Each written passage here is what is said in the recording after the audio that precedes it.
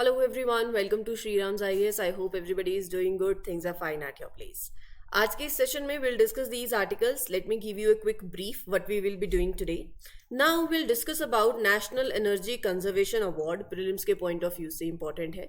Eastern Maritime Corridor prelims में भी सवाल बन सकता है पर मेंस के लिए भी बहुत इंपॉर्टेंट इंटरनेशनल रिलेशन से इंपॉर्टेंट आर्टिकल है. जीएस पेपर 2 से आप कनेक्ट कर सकते हो. And then will discuss about Jal Vahak scheme. कैसी स्कीम है, why it is in news, GS paper 2, government policies and interventions.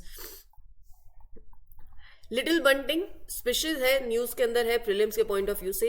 And globalization in India, so will discuss that article also. ये भी आपके जीएस पेपर 2 से भी आप कनेक्ट कर सकते हो इसको.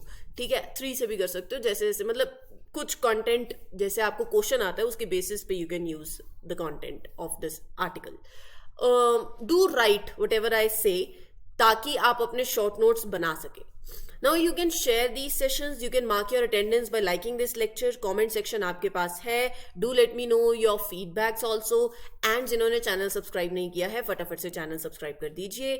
Shriram's IAS is serving the nation since 1985 and you can trust the quality content that is being shared with you. Now the very first article that you can see on your screens.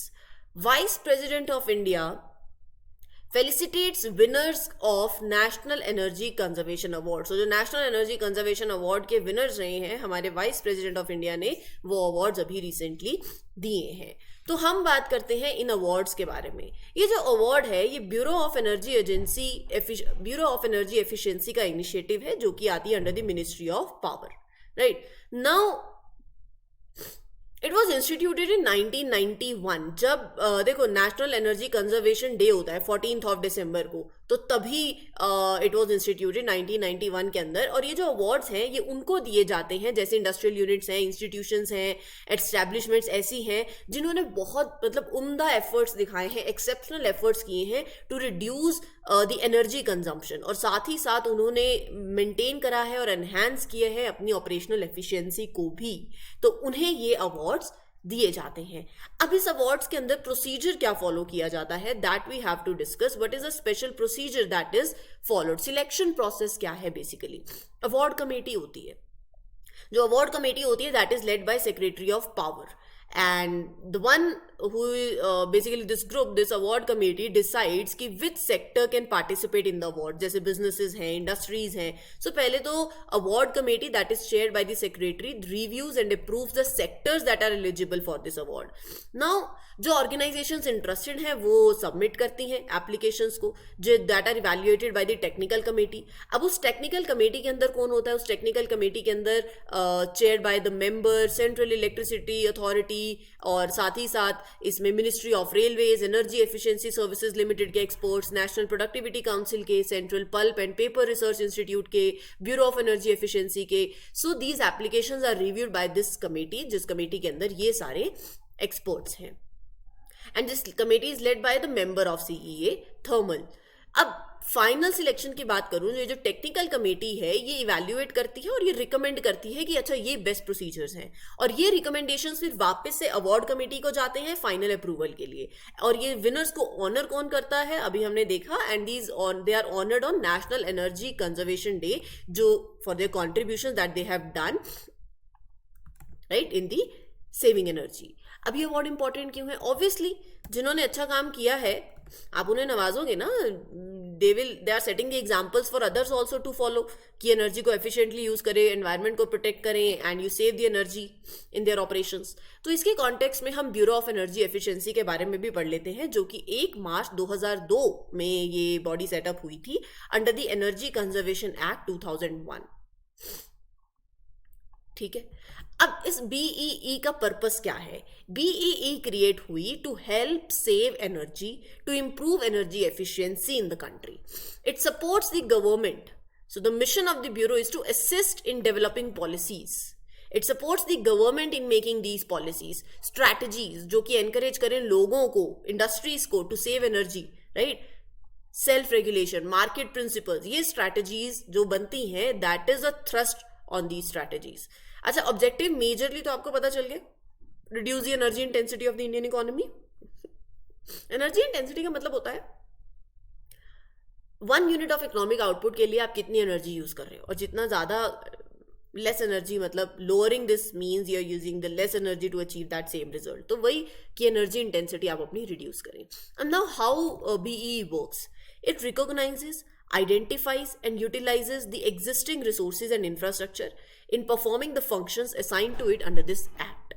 Right? तो इसमें अलग अलग designated consumers हैं, designated agencies हैं, जैसे large industries हैं, companies हैं, state level organizations हैं that are responsible for promoting energy efficiency.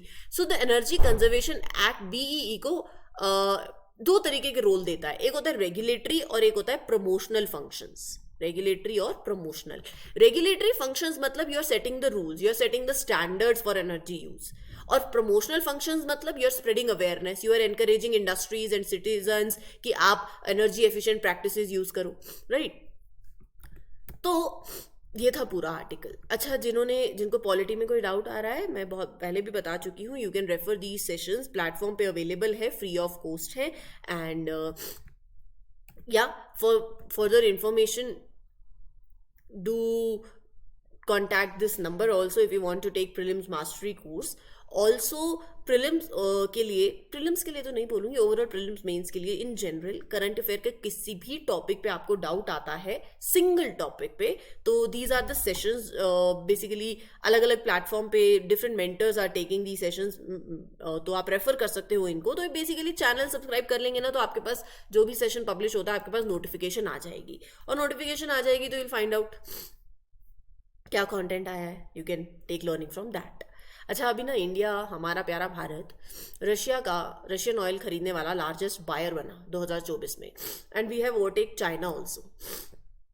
ये जो दो देशों के बीच में रिलेशनशिप ग्रो कर रहा है, ये जो रिलेशनशिप ग्रो किया है, it has been strengthened by this eastern maritime corridor. ये आप देख सकते हो जिसकी मैं बात कर रही हूँ, ईस्टर्न मैरीटाइम कॉरिडोर की, जो कि ये तो है पुराने वाला existing, and this is the one that is proposed, eastern maritime corridor. ये डिस्टेंस सेविंग भी है, टाइम सेविंग भी है, और मनी सेविंग भी है.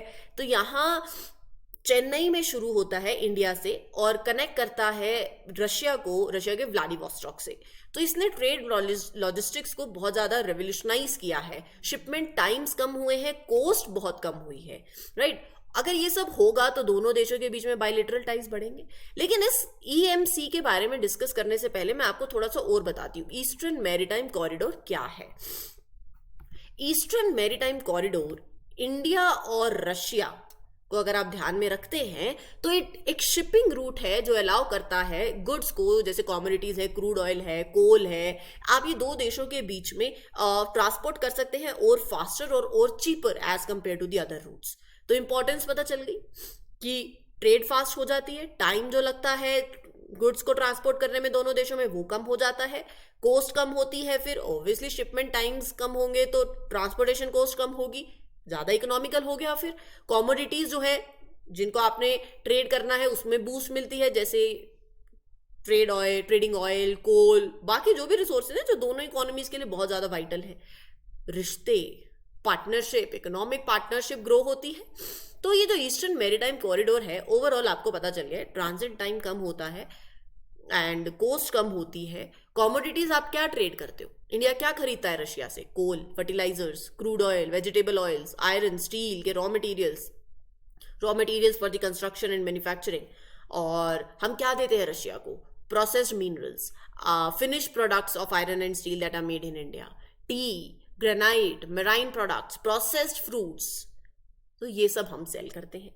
तो एक इंपॉर्टेंस पता चल गई. अब faster trade, cost effective, it trades boost trade and it strengthen the ties. Now India का जो क्रूड ऑयल इंपोर्ट है रशिया से, जुलाई 2024 में हमने चाइना को भी ओवरटेक कर दिया, टॉप बायर हो गया रशियन ऑयल का. राइट? अब एक सवाल आपके मन में नहीं आता कि ये रशियन ऑयल इतना अट्रैक्टिव क्यों है टू इंडिया? यूक्रेन वॉर हुआ 2022 में, वेस्टर्न सैंक्शंस जो लगे रशिया पे, इट फोर्स रशिया कि you are selling now your oil at lower prices, और इंडिया ने इसका एडवांटेज लिया. डिस्काउंट मिलेगा तो एडवांटेज हर कोई लेता है. ठीक है। तो जो ईस्टर्न मैरीटाइम कॉरिडोर है इसने और भी कोस्ट कम कर दी, टाइम कम कर दिया, Russian oil even more affordable हो गया इंडिया के लिए। और उसके बाद तो फिर आपके जो टाइज है रशिया के साथ, strengthen the bilateral ties, balancing आ जाता है।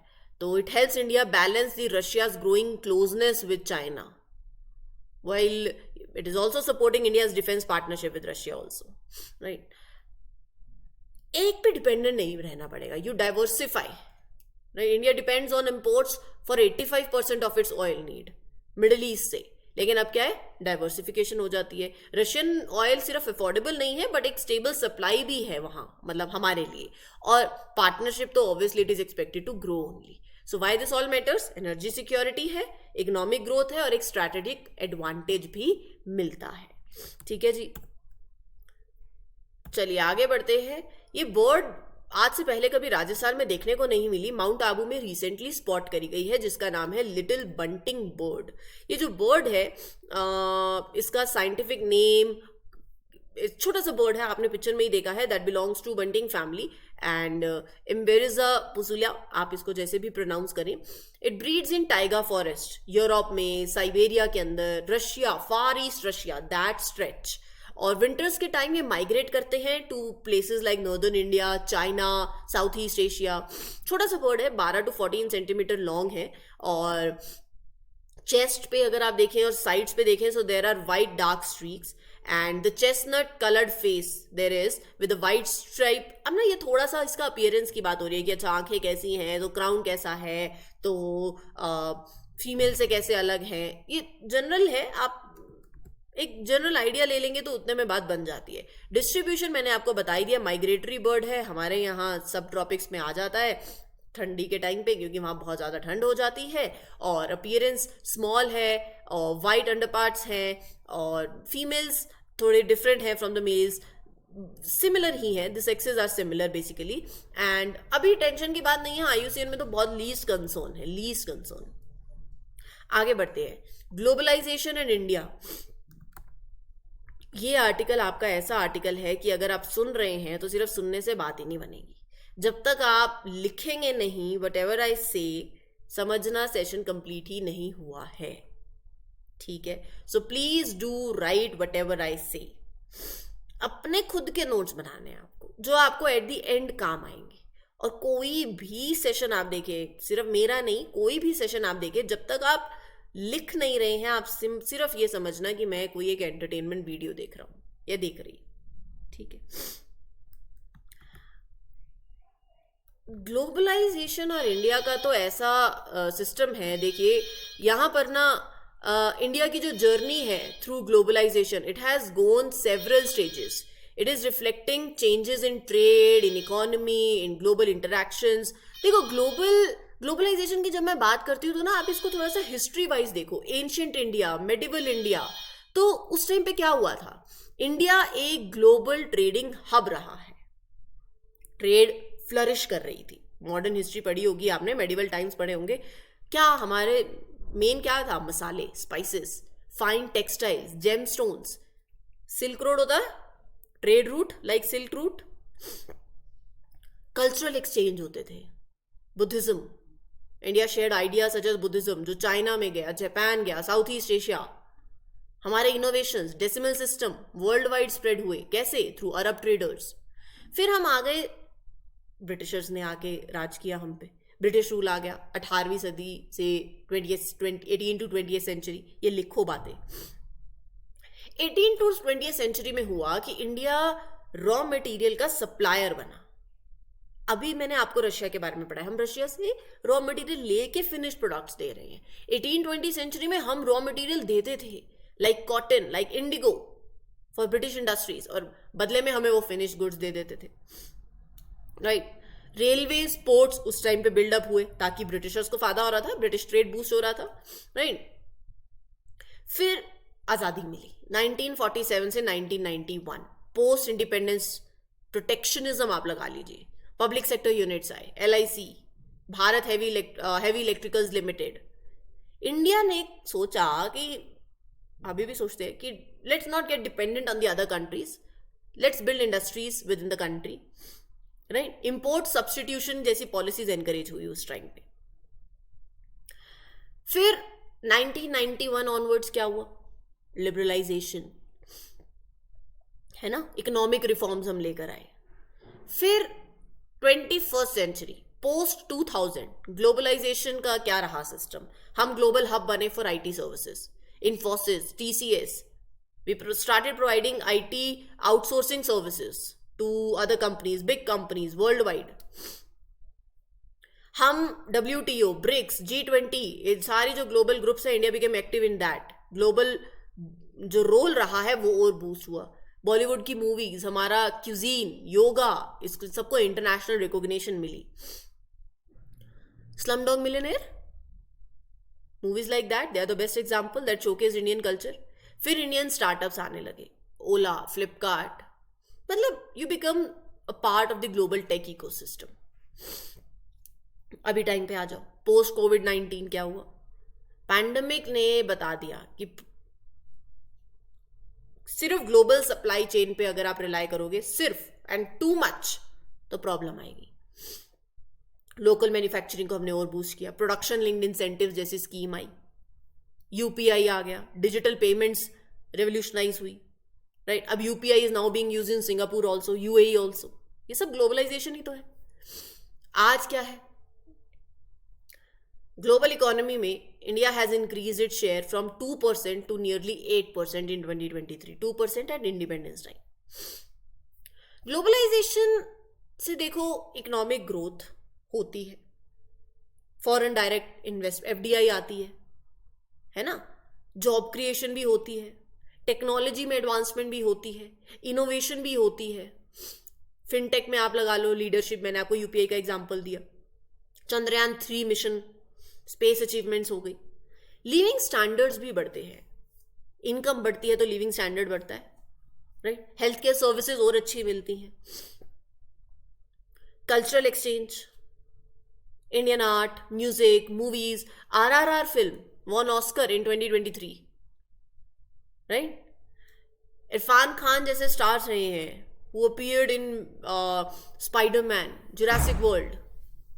ग्लोबल कल्चरल रीच बढ़ती है, टूरिज्म बढ़ता है, फूड बढ़ता है, उसकी पॉपुलैरिटी बढ़ती है. एंटरप्रेन्योरशिप पे आ जाओ, ग्लोबल कनेक्शंस होते हैं तो इंडिया का जो स्टार्टअप इकोसिस्टम है वो और ज्यादा फोस्टर होता है.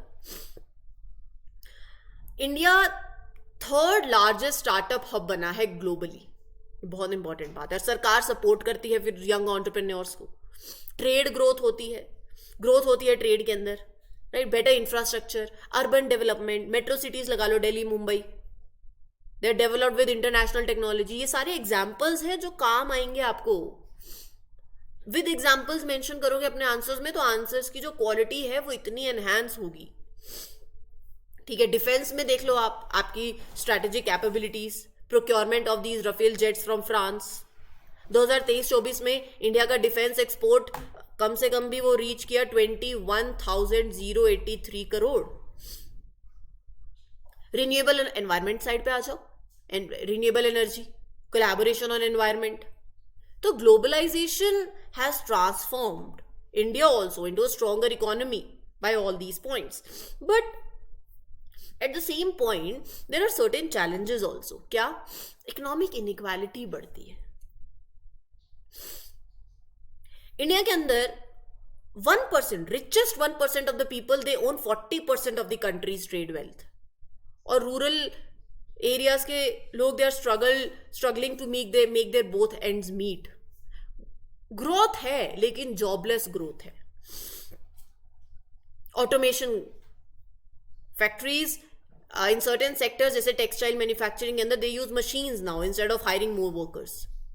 Right? Enough jobs नहीं मिलती, क्रिएट होती फिर अगर ऑटोमेशन आता है तो.